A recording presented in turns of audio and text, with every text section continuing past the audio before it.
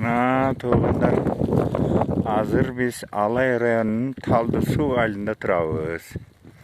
22 май. Азырқы болып отқан ауыр айы.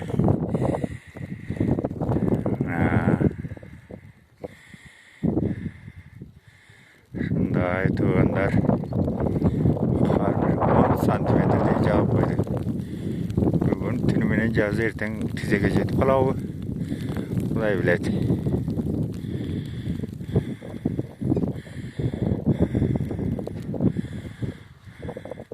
Шындай ұрғанақтаған қар.